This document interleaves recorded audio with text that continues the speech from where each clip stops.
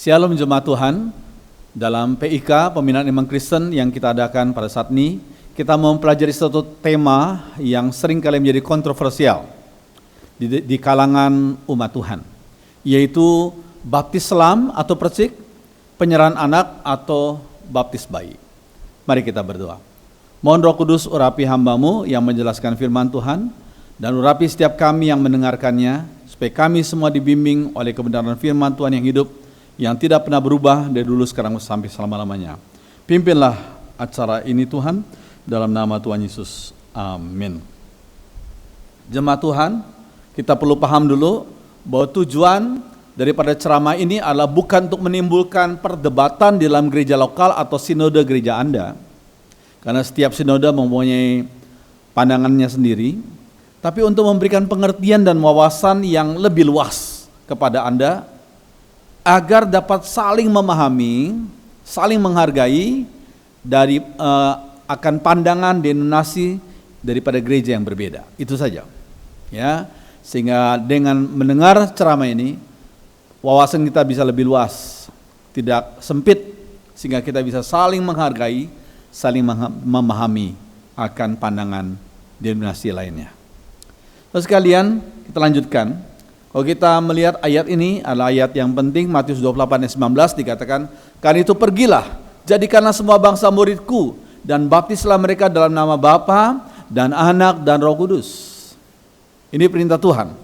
Pergilah, jadikanlah semua bangsa muridku, dan baptislah mereka dalam nama Bapa dan Anak dan Roh Kudus. Terus kalian, kalau kita mempelajari, kita bertanya pertama, mengapa baptisan harus memakai air? Ada sebagian kelompok yang tidak menggunakan air. Mereka menggunakan semacam bendera, ya, dengan pangkat-pangkat yang ditetapkan. Terus sekarang ini latar belakang daripada seorang yang bernama Bapak William Booth, ya, yang kecewa dengan kondisi sebagian umat Tuhan yang katanya sudah dibaptis, tapi tidak melakukan dan mempraktikkan iman mereka. Sehingga dalam kekecewaannya dia berkata, udah nggak perlu dibaptis, nggak usah baptis, tapi perlu melakukan semacam upacara yang berkaitan dengan bendera itu. Terus sekalian, kalau kita mempelajari, kita bertanya mengapa pakai air. Terus sekalian, karena air berfungsi untuk membersihkan kotoran. Jadi air melambangkan kasih Yesus yang membersihkan manusia dari dosa. Gitu, ya. Jadi air melambangkan kasih Yesus yang membersihkan manusia dari dosa. Yang kedua, mengapa ada air? Karena air memberi kehidupan. Semua umat, semua makhluk termasuk tanaman butuh air. Ya. Terus sekalian, ini melambangkan Yesus datang untuk memberi hidup kekal bagi setiap orang yang percaya kepadanya. Ya. Jadi kedua lambang ini penting sekali. Jadi mengapa pakai air? Karena ada makna yang penting daripada lambang itu. Terus sekalian, makna rohani yang penting. Yang berikutnya, saudara sekalian, air tetap air. Air yang dipakai untuk baptisan tetaplah air. Hati-hati dengan ajaran mistik. Jadi kalau orang mau mengadakan upacara baptisan, airnya didoakan dulu supaya airnya itu semacam berkhasiat. Setiap orang yang masuk ke dalamnya langsung mendapatkan khasiat dari air itu yang sudah didoakan. Itu kepercayaan mistik. Tidak. Air tetap air. Yang berkhasiatlah darah Yesus, kuasa Yesus. Air hanya menjadi lambang daripada yang saya sudah sebutkan tadi. Kemudian yang berikutnya, ya, juga tempat jangan dikeramatkan. Ada sebagian orang berkata, kamu sudah dibaptis di gereja, kamu kalau pergi ke Holy Land, kamu bisa dibaptis di Sungai Yordan, tempat di mana Yesus dibaptiskan. Wah, itu luar biasa. Itu keramat itu sakti itu, ya.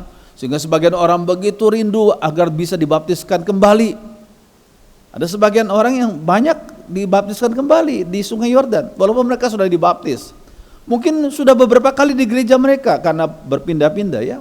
Lalu ditambah lagi dengan baptis di Sungai Yordan. Terus sekalian, mengapa kita tidak boleh mengkeramatkannya? Karena kalau kita berkata itu tempat di mana Yesus dibaptiskan itu Sungai Yordan, bertanyalah kita, apakah Sungai Yordan sekarang sama dengan Sungai Yordan yang dulu? Maksudnya Apakah kita tahu tempat persis di mana Yesus dibaptiskan? Bukankah sungai Yordan sekarang jauh lebih sempit daripada sungai Yordan yang dahulu? Dan airnya pasti berbeda. Setiap saat air itu mengalir. Jadi airnya pasti berbeda. Sekali lagi, tempat jangan dikeramatkan. Ya. Sekalian kalau kita perhatikan, nah ini beberapa waktu yang lalu saya dengan istri diberi kesempatan untuk pergi ke Holy Land, ya. Ya, mengetahui sungai Yordan, ya. Nah, ternyata sungai Yordan sekarang itu sempit, ya. Saya tidak tahu di bagian yang lain mungkin lebih lebar, ya. Tapi yang dipakai biasanya di sekitar daerah di mana mereka mengadakan baptisan. Nah, sekalian ternyata di sungai Yordan ada ikan-ikan, ya, seperti ikan gini, seperti ikan lele, ya. Ya. Kemudian ini orang yang dibaptiskan di sungai Yordan mendapat semacam sertifikat Yardenit. Bahwa sebagian orang begitu bangga, saya sudah dibaptis di sungai Yordan, tempat di mana Yesus pernah dibaptiskan. Cuma sekali lagi, apakah kita tahu tempat yang persis di mana Yesus dibaptiskan? Apakah airnya sama? Ya, oke. Jangan, hati-hati, agama jangan dikomersialisasikan, jangan dibisniskan agama itu. Oke. Yang berikutnya. Nah, saudara sekalian, apakah baptisan menyelamatkan? Itu pertanyaan berikutnya. Sekalian, baptisan adalah perintah langsung dari Tuhan, sehingga wajib dan penting dilaksanakan. Karena itu perintah langsung. Lihat Markus 16 ayat 16. Siapa yang percaya dan dibaptis akan diselamatkan. Tapi siapa yang tidak percaya akan dihukum. Bagian ini kita perhatikan, saudara sekalian, dikatakan siapa yang tidak percaya akan dihukum. Tapi tidak dikatakan siapa yang tidak percaya dan tidak dibaptis. Saudara perhatikan sekali lagi, ya. Markus 16 ayat tadi. Siapa yang percaya dan dibaptis akan diselamatkan. Itu satu. Yang kedua, tapi siapa yang tidak percaya akan dihukum. Tidak dikatakan siapa yang tidak percaya dan tidak dibaptis akan dihukum. Tidak. Tapi dikatakan hanya siapa yang tidak percaya saja. Lalu sekalian kita perlu perhatikan. Penjahat yang di sebelah Yesus yang bertobat itu nggak ada kesempatan untuk dibaptis lagi. Tapi Yesus berkata, sesungguhnya pada hari ini engkau akan bersama dengan aku di Firdaus. Jadi penjahat yang bertobat itu nggak sempat dibaptis, tapi pasti selamat karena Tuhan Yesus yang menjanjikannya sendiri. Jadi saudara sekalian, ini suatu hal yang penting. Baptisan tidak menyelamatkan. Kalau baptisan tidak menyelamatkan berarti nggak perlu dibaptis lah. Oh tidak. Ya, kalau engkau posisinya seperti penjahat yang di sebelah Yesus, yaitu lain perkara. Tapi engkau ada kesempatan, ada banyak kesempatan. Kenapa engkau tidak mau dibaptis? Karena baptisan adalah wajib, karena itu merupakan perintah langsung dari Tuhan. Ya, ini penting. Oke, Tuhan Yesus yang menyelamatkan seseorang melalui iman pada karya yang disalib. Ya, tetap yang menyelamatkan bukan iman kita. Sekali lagi saya ulangi, yang menyelamatkan bukan iman kita, tapi yang menyelamatkan adalah karya Yesus. Tuhan Yesus yang berkarya di atas salib, yang mencurahkan darahnya yang suci, itulah yang menyelamatkan.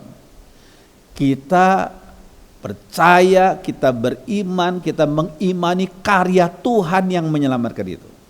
Ya, ini suatu hal yang penting. Oke, yang berikutnya.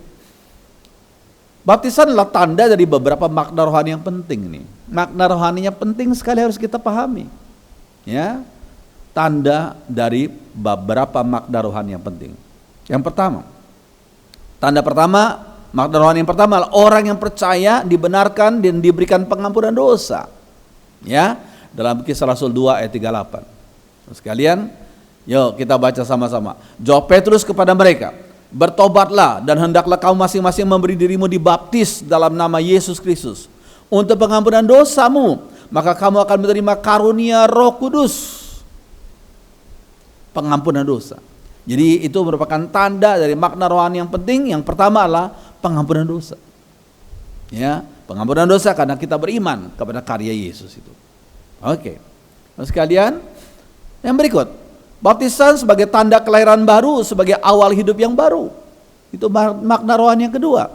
Baptisan sebagai tanda kelahiran baru, sebagai awal hidup yang baru. Roma 6 ayat 4 dikatakan, ya, dengan baptisan itu kita dikuburkan dengan Kristus dan turut mati bersama-sama Dia, supaya sebagaimana Kristus dihidupkan dari kematian oleh kuasa Bapa yang dimulia, begitupun kita dapat menjalani suatu hidup yang baru. Suatu hidup yang baru. Jadi tanda kelahiran baru sebagai awal dari hidup yang baru. Itu makna rohani yang kedua dari baptisan. Yang ketiga, saudara sekalian, baptisan sebagai tanda masuknya orang yang dibaptis ke dalam perjanjian baru dengan Allah. Ya, perjanjian baru dengan Allah. Baptisan sebagai tanda masuknya orang yang dibaptis ke dalam perjanjian baru dengan Allah. Saudara sekalian, perjanjian lama adalah perjanjian antara Allah dengan Abraham. Itu yang lama, perjanjian lama. Ya. Tanda perjanjian itu adalah sunat dalam Kejadian 17. Ya, saudara sekalian, setiap bayi yang lahir umur 8 hari harus disunat sebagai tanda perjanjian Allah kepada Abraham dan keturunannya. Harus disunat pada usia 8 hari seorang bayi. Ya, saudara sekalian, nah, inilah perjanjianku yang harus kamu pegang. Perjanjian antara aku dan kamu serta keturunanmu, itu setiap laki-laki di antara kamu harus disunat. Ya, tanda perjanjian lama itu adalah sunat. Ya. Sekalian, tanda sunat dalam perjanjian baru digantikan dengan upacara baptisan. Ini penting sekali. Di mana kita lihat? Dalam Kolose pasal 2 ayat 11 dan 12. Oke. Mari kita baca ya. Karena bersatu dengan Kristus, kalian sudah disunat bukan dengan sunat yang dibuat oleh manusia, melainkan dengan sunat yang dibuat oleh Kristus, yang membebaskan kalian dari kuasa tabiat yang berdosa. Ayo kita baca sama-sama yang kuning. Sebab pada waktu kalian dibaptis, kalian dikubur bersama-sama Kristus, dan dengan baptisan itu juga kalian turut dihidupkan kembali bersama-sama Kristus. Jadi saudara sekalian, upacara baptisan dalam perjanjian baru, upacara sunat dalam perjanjian baru digantikan oleh upacara baptisan. Jadi umat perjanjian baru melaksanakan baptisan sebagai ganti daripada upacara sunat. Sekarang sudah bertanya mungkin, sunat boleh nggak dilakukan oleh orang Kristen? Boleh saja. Bukan untuk kepentingan agama, tapi kepentingan kesehatan. Itu penting. Ya, boleh dilakukan oleh orang Kristen demi kepentingan kesehatan. Tapi dalam kepercayaan agama, sunat sudah diganti oleh upacara baptisan. Itu penting, ya.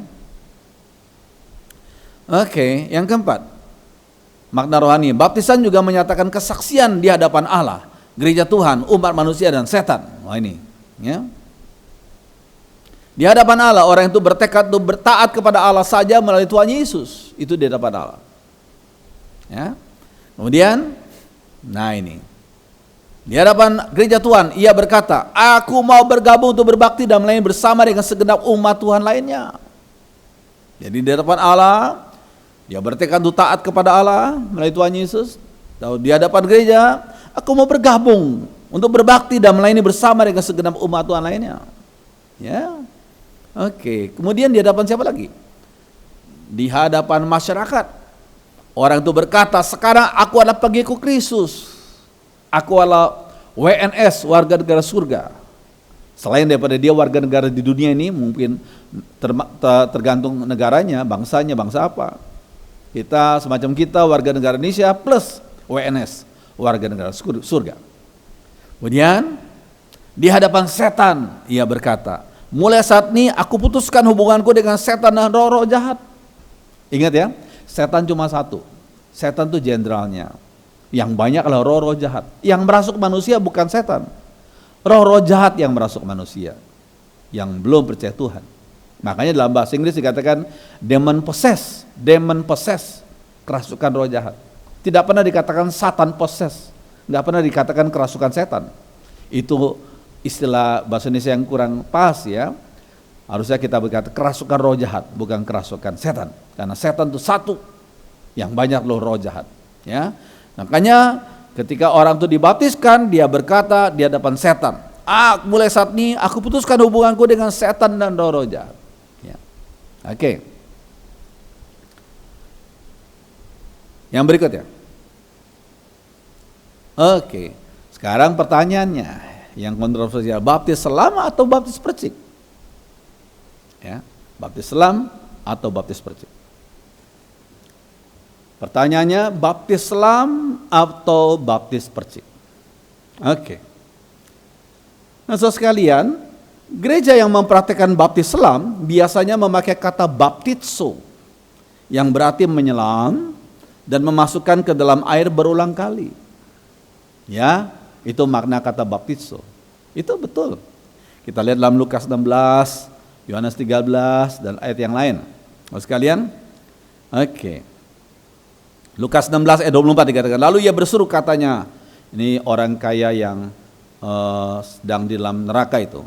Dia berteriak dan berkata kepada Abraham, Bapak Abraham, kasihanlah aku, suruhlah Lazarus supaya ia mencelupkan. Nah, kata mencelupkan itu dari kata bapse. Itu akar katanya sama dengan baptizo. Bapse. Ujung jarinya ke dalam air dan menyejukkan lidahku. Mencelupkan. Dari kata bapse itu. Ya. Oke. Nah, gereja yang mempraktikkan baptis percik atau tuang punya argumentasi lainnya. Semuanya ada dasar Alkitabnya. Ya. Kita lihat. Kata baptiste itu akar katanya sama dengan baptizo, ya. Bentuk tensis yang lain, baptiste berarti menuangkan air ke tangan. Lukas 11 ayat 38. Oh, orang Farisi itu melihat hal itu dan ia heran karena Yesus tidak mencuci, dalam bahasa asli, baptiste tangannya sebelum makan. Tidak mencuci baptiste. Oke, saudara sekalian, nah ini gambarnya. Saudara sekalian, tradisi Yahudi dalam mencuci tangan, mereka menuangkan air ke tangan, bukan mencelupkan tangan. Jadi ini pencucian tangan untuk adat istiadat, ya. Bukan cuci tangan seperti kita pergi ke wastafel, tidak. Atau kita masukkan tangan kita ke dalam ember, tidak. Tapi ini pencucian tangan menurut tradisi Yahudi. Jadi ini tangan kita seperti gini, ya, gini, lalu dituangkan air ke punggung tangan. Begini, tuangkan air ke punggung tangan. Setelah selesai, lalu tangannya menghadap gini. Dituangkan air dari sini ke bawah. Gitu. Itu namanya baptiste.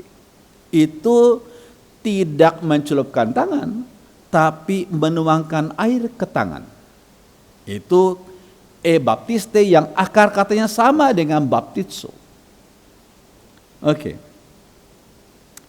Lalu berikutnya lagi, kata lainnya adalah kata baptisanto, sama akar katanya dengan baptizo. Baptisanto dalam 1 Korintus 10 ayat 2. Untuk menjadi pengikut Musa, mereka semua telah dibaptis, baptisanto dalam awan dan dalam laut. Maksudnya apa ini? Telah dibaptis dalam awan dan dalam laut. Nah, ini saya ambil dari foto dari film yang terkenal itu, ya, Ten Commandments itu, ya. Ketika Tuhan melakukan mukjizat, mengkuakkan air laut Tebrau, membelah kiri ke kanan, air di tengah-tengah tanah kering, dan orang Israel yang 2 juta lebih itu bisa lewati tanah yang kering itu, ya, dasar laut yang kering itu. Nah, saudara sekalian, kalau kita perhatikan, ya, maksudnya adalah dinaungi awan dan terkena percikan air laut Tebrau. Ya, pada waktu mereka melewati dasar laut yang kering itu, pastilah mereka kena percikan air laut kanan dan kiri mereka itu. Ketika air itu bergulung-gulung, pasti akan ada percikan yang mengenai orang-orang Israel yang melewati tanah yang kering atau dasar laut yang kering itu. Jadi itu maksudnya ada kena percikan air laut. Jadi baptisanto artinya percikan. Ya, diperciki air laut. Ya. Oke. Selanjutnya. Nah, sebelum seorang Lewi menjalankan tugas di Bait Allah pada usia 30 tahun, ia harus mengikuti upacara pentahiran dengan cara dipercikkan air penghapus dosa, mencukur seluruh tubuh, dan mencuci pakaiannya. Dipercikkan. Dengan apa, saudara sekalian? Nah, ini mereka memakai satu pohon yang namanya pohon hisop. Jadi mereka memperciki dengan pohon ini, hisop ini. Ya, pohon hisop. Jadi saudara sekalian, dalam bilangan 8 dikatakan, beginilah harus kau lakukan kepada mereka. Untuk mentahirkan mereka, percikkanlah kepada mereka air penghapus dosa. Percikkan. Ya, itu adalah baptisanto. Akar katanya sama dengan baptizo. Oke. Selanjutnya. Nah, memang cara baptisan dengan selam sebagian orang menganggap lebih mudah menjadi kiasan kematian, penguburan manusia lama dan kebangkitan manusia baru. Ya, lihat dalam Roma 6 ayat 4 itu, penguburan. Ya, seperti yang dilakukan di tempat kita, di Indonesia dan di banyak negara lain termasuk di Amerika. Ya. Tanah digali, kemudian dimasukkan peti itu yang berisi jenazah itu ke dalam. Jadi ketika orang itu dimasukkan ke dalam air, udah dibangkitkan lagi, itu lebih gampang, lebih mudah kiasannya itu. Dimasukkan, kematian, dibangkitkan lagi, itu kebangkitan, hidup yang baru. Terus sekalian, itu dalam konteks penguburan zaman sekarang. Tapi jangan lupa saudara. Namun cara penguburan orang Yahudi waktu itu bukan dengan memasukkan orang ke dalam tanah, tetapi memasukkan jenazah ke dalam goa batu. Ya, ini kita perlu pahami.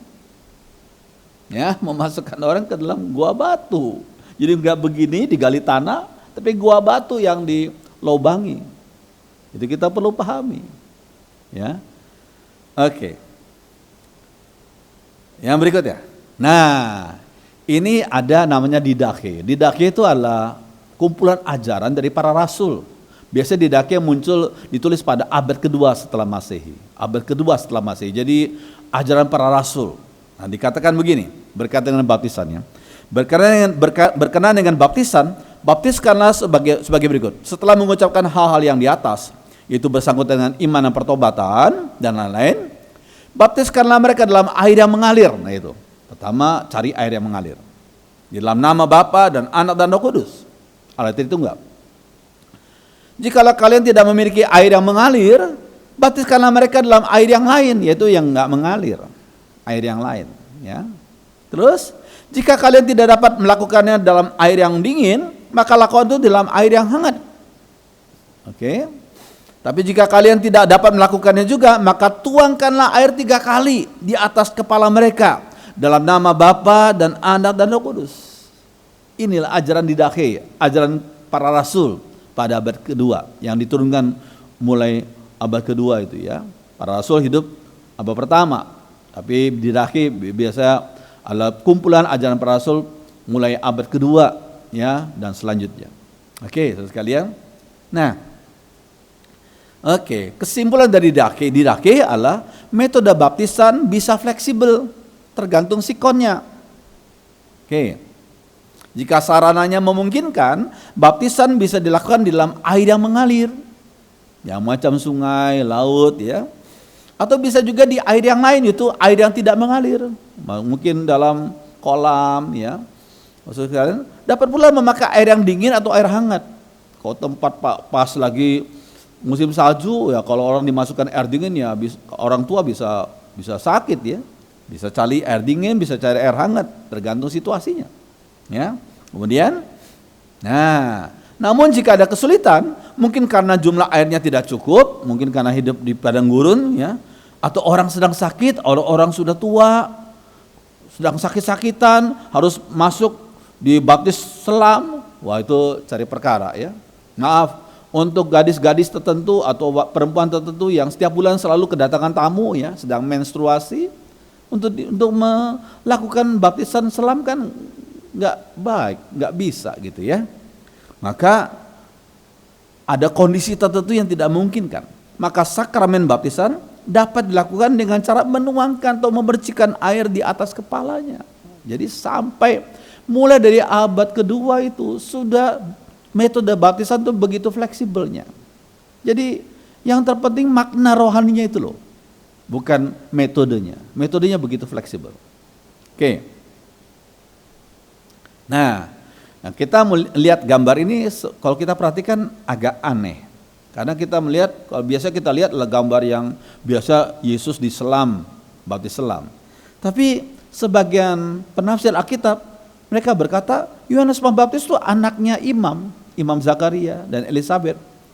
Dan imam tahu persis akan upacara pengudusan ya, dengan cara memercikkan ya calon imam itu dengan hisop tadi itu.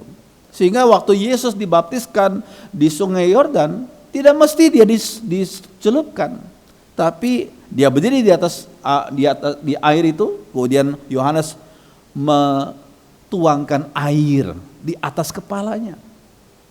Ya, terus sekalian, ini kita hal penting. Kalau sudah tanya ketika Yesus keluar dari air, maksudnya apa? Bukan, tidak mesti selalu habis dicelupkan dia keluar dari air kan? Bisa saja dia keluar dari air, ya keluar dari Sungai Yordan itu bisa saja kan? Ya, terus sekalian. Jadi kalau kita perhatikan saudara-saudara sekalian, kita perlu melihat bahwa memang itu ada sebagian orang yang menafsirkan seperti itu. Ya, oke. Nah, sida-sida dibaptiskan. Nah, kalau kita lihat sida-sida dibaptiskan, oke. Ya, biasanya kita melihat, kita mendengar tafsiran seperti ini. Jadi sida-sida dibaptis, sida-sida itu dari Ethiopia ya, kulitnya hitam ya. Dibaptis oleh Filipus ya, kemudian dicelupkan. Biasanya kita lihat gambar seperti itu. Tapi kalau kita perhatikan, ayat itu dikatakan apa? Mereka melanjutkan perjalanan mereka dan tiba di satu tempat yang ada air. Tidak dijelaskan berapa banyak air, tapi dalam bahasa Inggris dikatakan some water. Jadi airnya nggak banyak, some water saja. Ya. Lalu kata sida-sida itu, lihat di situ ada air, apakah halangannya jika aku dibaptis? Jadi karena ada perkataan some water ini, maka kira-kira gambarnya seperti gini. Jadi airnya cuma nggak sampai lutut gitu ya. Nah bagaimana diselam, nggak bisa. Ya. Jadi Filipus menuangkan di atas kepala sida-sida itu. Ya. Ini ada tafsiran seperti itu, dan ini tafsiran itu logis. Ya, logis. Kita perlu ketahui itu. Oke. Nah, sekarang kontroversi kedua, baptisan bayi, infant baptism atau penyerahan anak. Ya, saya perlu koreksi, sebagian orang menyebut baptisan anak. Tidak, dalam buku sistematik teologi yang baik tidak dikatakan baptisan anak, tapi baptis bayi atau infant baptism. Ya, atau penyerahan anak, ya, pencaosan. Sekarang yang mana yang benar? Sekalian kalau kita perhatikan, gereja yang melakukan penyerahan anak biasa mengutip Matius 19 ayat 14 sampai 15. Oke, lalu Yesus meletakkan tangannya ke atas kepala anak-anak itu dan memberkati mereka. Nah ini, ya. Jadi sekalian, argumentasi lainnya, baptisan hanya dilakukan bagi mereka yang sudah mengaku percaya kepada Tuhan Yesus. Ya, mereka berkata baptisan hanya berlaku bagi mereka yang sudah percaya Yesus. Makanya dikatakan believers baptism, baptisan bagi orang yang sudah percaya. Ya, sedangkan anak kan belum bisa, bayi itu belum bisa percaya. Jadi jangan dibaptis kata mereka. Lihat Matius 19, Yesus meletakkan tangannya memberkati mereka. Sekalian, oke. Itu ada dasar Alkitabnya, ya. Oke, saudara sekalian. Jadi saudara sekalian, demikian juga perkataan Tuhan dalam Markus 16 ayat 16. Ya. Siapa yang percaya dan dibaptis akan diselamatkan, tapi siapa yang tidak percaya akan dihukum. Jadi percaya dulu baru dibaptis. Ya. Oke. Jadi mereka gereja itu memperhatikan penyerahan anak atau pencaosan anak.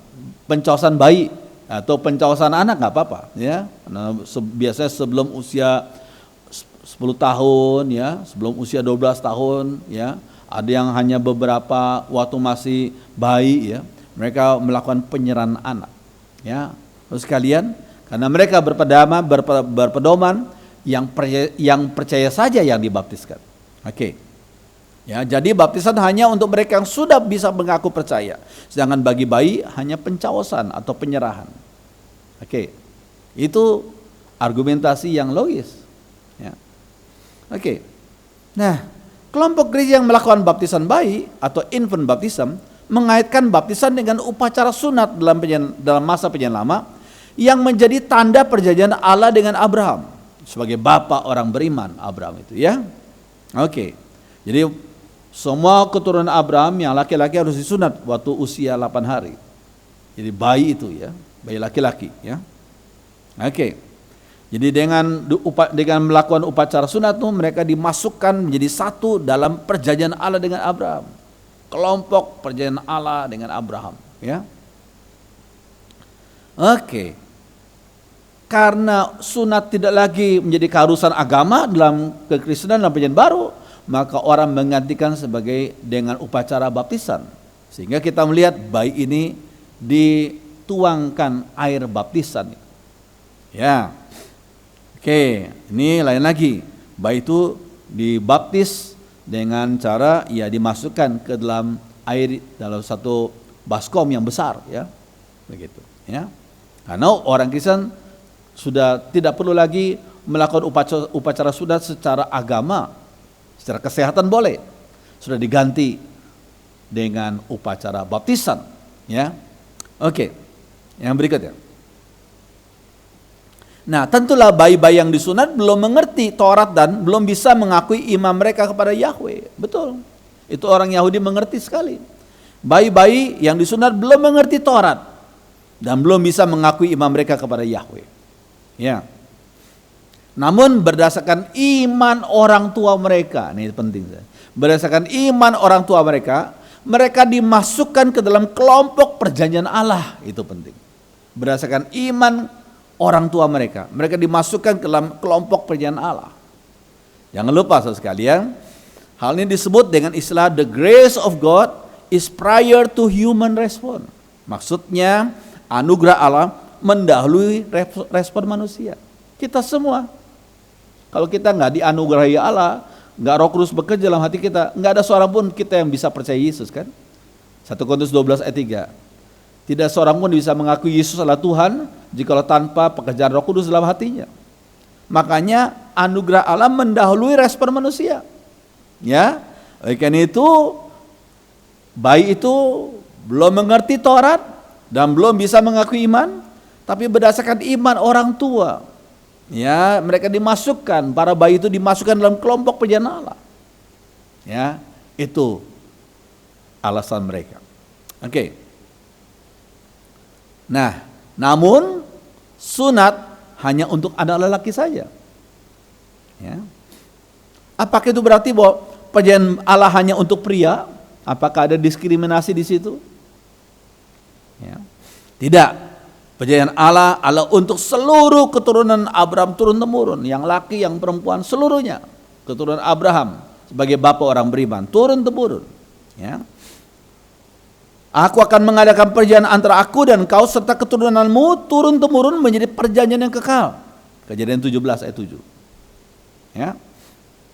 Cuma dalam perjanjian lama Tuhan memandang cukup hanya anak lelaki saja yang menerima tanda perjanjian tersebut sebagai representatif daripada umat, representatif daripada para perempuan yang menjadi umat Allah. Ya, ini kita perlu pahami. Ya. Oke. Nah, sunat secara jasmani tidak menyelamatkan. Yang lebih penting adalah perubahan hati. Yaitu mungkin sebagian orang Yahudi pada zaman Yesus hidup di dunia, melayani di dunia ini, mereka pikir sunat bisa menyelamatkan, tapi tidak. Ya, yang lebih penting adalah perubahan hati. Kita lihat Ulangan 10 ayat 16. Sebab itu sunatlah hatimu dan janganlah lagi kamu tegar tengkuk.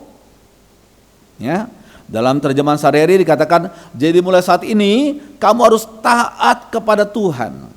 Sunat hatimu maksudnya taat kepada Tuhan dan jangan berkeras kepala lagi. Jangan tegar tengkuk, jangan keras kepala lagi. Ya, ya taat kepada Tuhan. Oke. Nah, sunat itu mengandung tuntutan iman seperti yang dilakukan oleh Abraham dalam Roma 4 ayat 11 dan 12. Ya. Oke. Dan tanda sunat itu diterimanya sebagai meterai kebenaran berdasarkan iman yang ditunjukkannya sebelum ia bersunat. Jadi sebelum Abraham disunat, dia sudah beriman kepada Tuhan. Demikianlah ia dapat menjadi bapa semua orang percaya yang tidak bersunat supaya kebenaran diperhitungkan kepada mereka, dan juga menjadi bapa orang-orang bersunat, itu mereka yang bukan hanya bersunat tapi juga mengikuti jejak iman Abraham, bapa leluhur kita pada masa ia belum disunat. Jadi sekali lagi sunat mengandung tuntutan iman. Ya, karena Abraham beriman, maka dia diperintahkan oleh Tuhan untuk disunat. Ya. Itu iman itu mendahului sunat. Ya, sekali ini penting. Ya, Tuhan membenarkan orang yang beriman. Oke. Ya. Nah, dalam perjanjian baru sunat diganti dengan baptisan. Itu Kolose tadi yang kita sudah baca, ya. Iya, pada waktu kalian dibaptis, kalian dikubur bersama Kristus, dan dengan baptisan itu juga kalian turut dihidupkan kembali bersama-sama Kristus. Jadi upacara sunat adalah membuang kulup yang kotor itu. Itu sebagai simbol daripada kita membuang kehidupan yang kotor.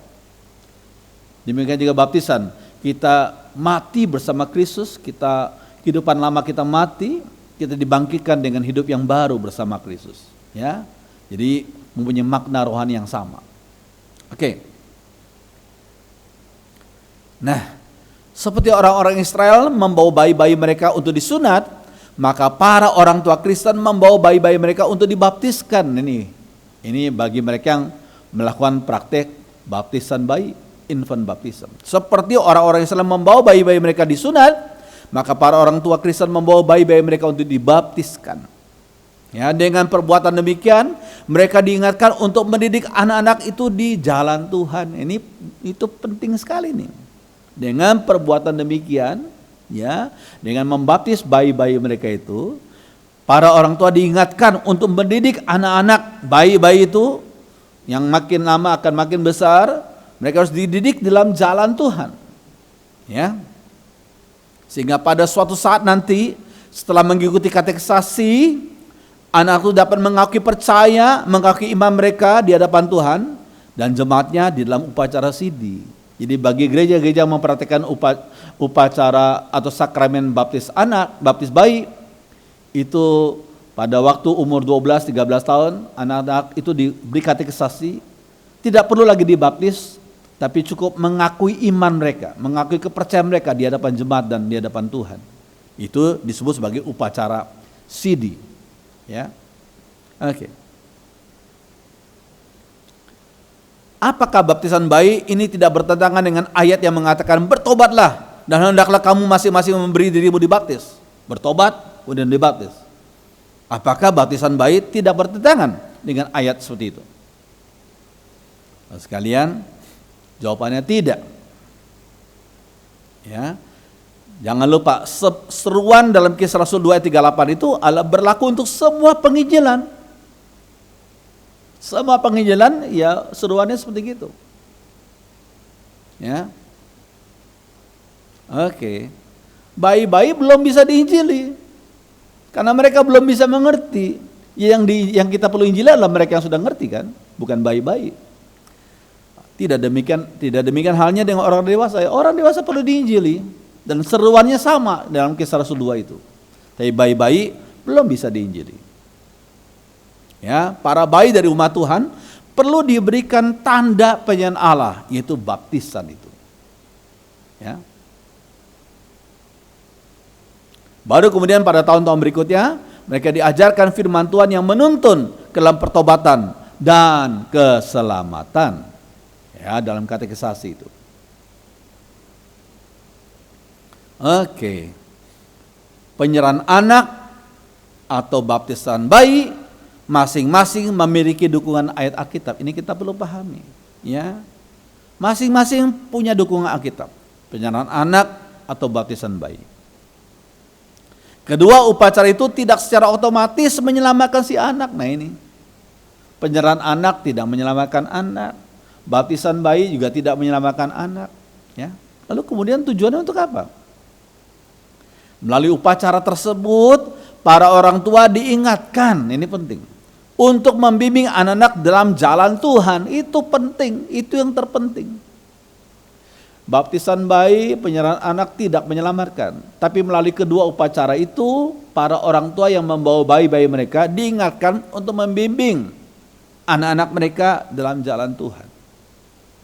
Sehingga pada saatnya nanti, anak-anak itu hak secara pribadi mengikuti katekisasi untuk mengakui Yesus adalah Tuhan dan Juru Selamat, untuk dibaptis bagi mereka yang diserahkan pada waktu masa kecilnya, atau disidi bagi mereka yang sudah dibaptis pada masa bayi mereka. Itu penting. Itu yang terpenting. Oke. Berikutnya. Pencausan anak maupun baptisan bayi hanya dapat dilakukan bagi anak-anak yang punya orang tua sudah percaya pada Tuhan Yesus. Itu, ya. Pencausan anak ataupun baptisan bayi hanya dapat dilakukan bagi anak-anak yang punya orang tua sudah percaya Yesus. Ya. Atau kalau tidak dua-duanya, salah satu dari mereka sudah percaya Tuhan. Sehingga bisa membimbing anaknya atau bayi itu kepada jalan Tuhan. Ya.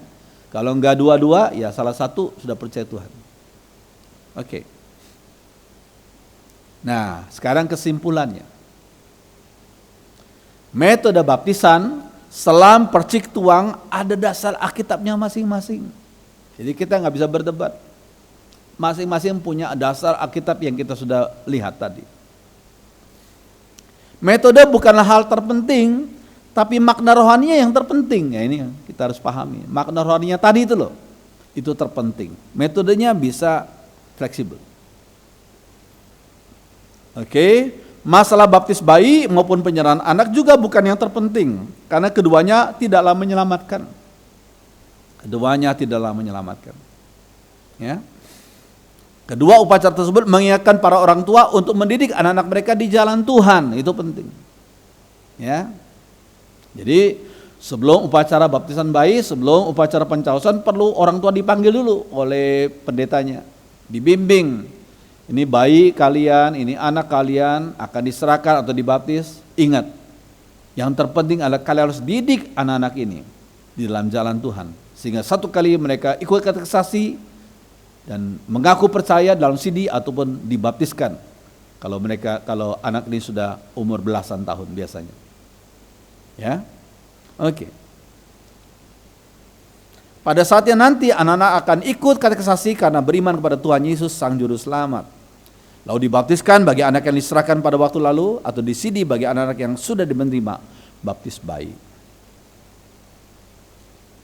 Nah, oke.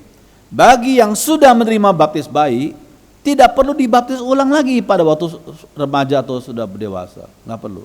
Karena mereka sudah dibaptis bayi, kenapa perlu diulang lagi?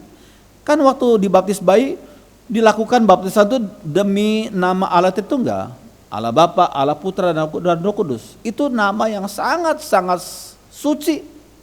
Kenapa perlu dibaptis ulang lagi? Nggak perlu.